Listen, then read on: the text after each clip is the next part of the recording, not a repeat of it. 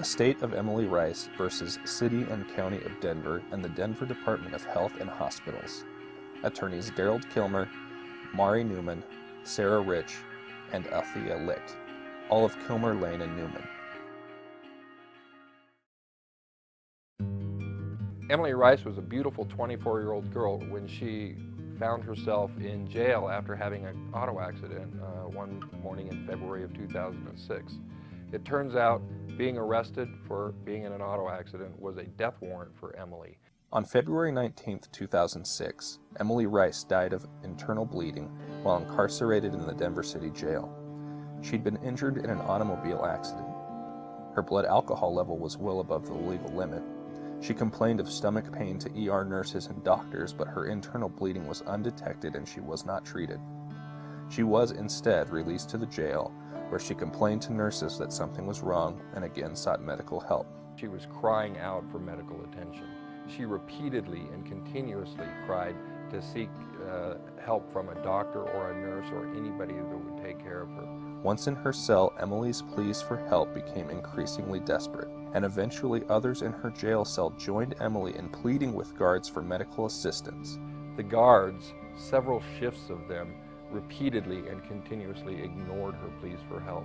Not once was she provided any medical care while she was in the detention facility in Denver. As a result, she died in the early morning hours of February 20th. And all it would have taken was just basic care in somebody's heart to have recognized that they could have saved her life. And Emily should be sitting here with us right now. It's very lonely. And there's not a day that my soul doesn't rattle. Not a day. Litigation was initiated in federal court in 2007, after which several jail guards were disciplined for submitting fraudulent worksheets showing that they had checked on the inmates in Emily's cell when in fact they had not. They destroyed evidence. They engaged in sham investigations designed to put blame on Emily or on anybody else other than the institutions that were clearly at blame here.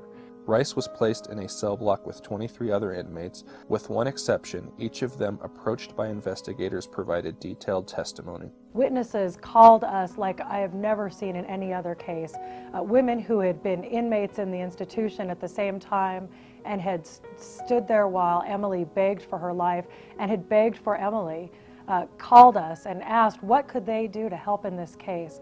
And this was critical in our ability to hold the city and hold the hospital accountable for their actions. Settlements were reached in 2008. In addition to monetary payments, each public entity agreed to implement changes in procedures designed to ensure that ER patients are properly diagnosed and that inmates receive appropriate medical care. Very important was creating institutional changes both at the Denver jail and in the Denver Health Hospital to make sure that this kind of thing could never happen to anyone else.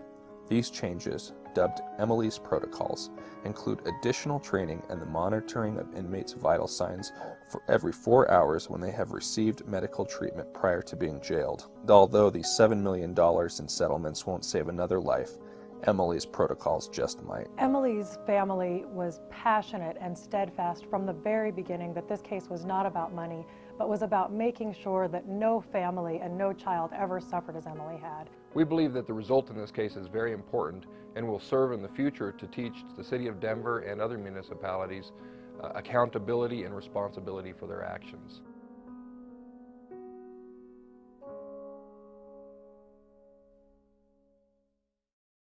When we told Emily's family that this case had been recognized as a finalist for Case of the Year award, they were just ecstatic. They want this case to be heard loudly and as often as possible so that this never happens to anyone again. So on behalf of Emily's family and the whole firm of Kilmer Lane and Newman, thank you so much, CTLA, for all of your support and for recognizing this case as a finalist for Case of the Year. Thanks, CTLA. On behalf of our entire trial team and the law firm of Kilmer Lane and Newman, and certainly on behalf of Emily's beautiful family, we'd like to thank CTLA for honoring us by nominating us for the Case of the Year. It's a very important recognition and we appreciate it. Thanks.